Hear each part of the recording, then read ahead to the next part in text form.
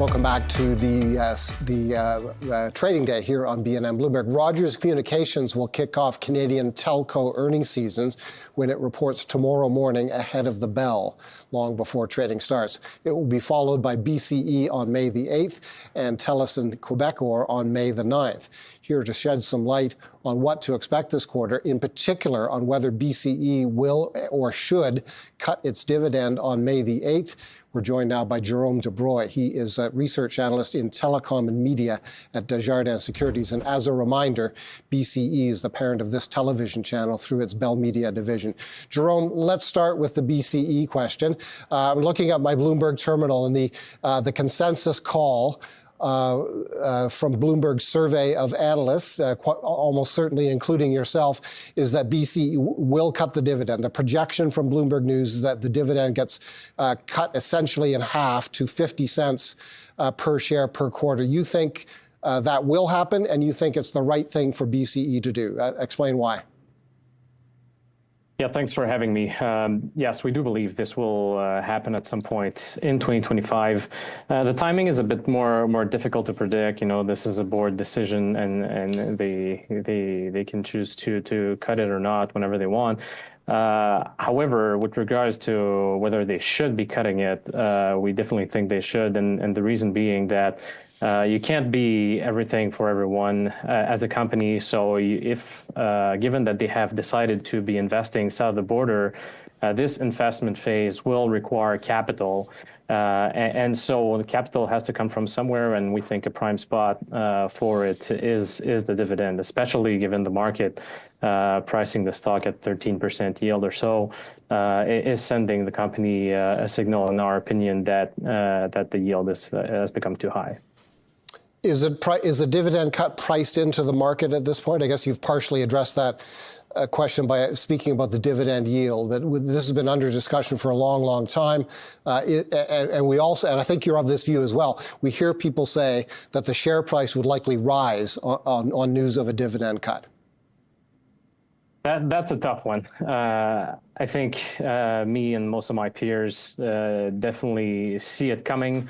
A lot of the institutional investors definitely see it coming, but definitely we cannot be certain that this is the case for every investor in Bell. You know, we speak with a lot of people in the market, but we don't speak with everyone, and we're not sure of the reaction everyone will be having. This is a stock that's widely held by the retail investors.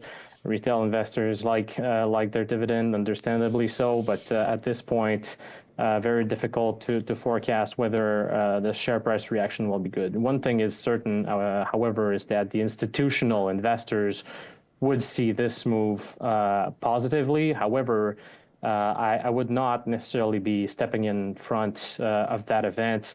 I think there's significant risk related to that decision, given that we don't know how every investor is going to react. So I think it's a positive, but I would not be stepping in front of it. Okay, let's speak about the sector more broadly.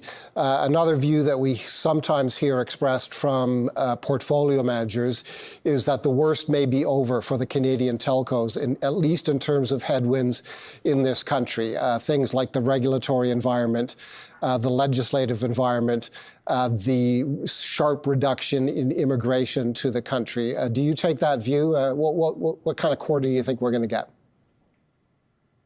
Yeah, so we don't think the fundamentals are necessarily changing here. For example, we have the net adds in wireless coming down 60% year on year, and that's a bit lower than what the consensus expects. That is mostly a reflection of the lower immigration, but also, you know, with the bit more macro uncertainty that we're seeing right now, we're not certain that everyone will feel just as safe buying some more devices and more connections.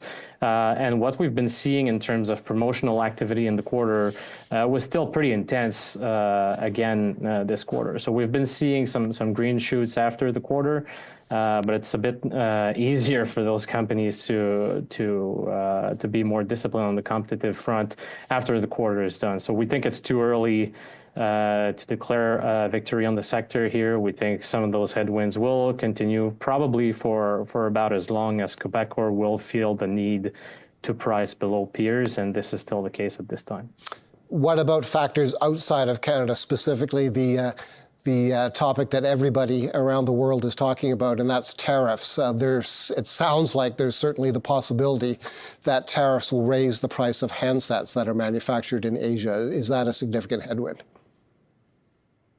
Yeah, that's a good point to raise. Definitely top of mind for most investors. The thing is, though, that typically, historically, the industry has wanted customers to be changing their subscription because the prices were going up most of the years.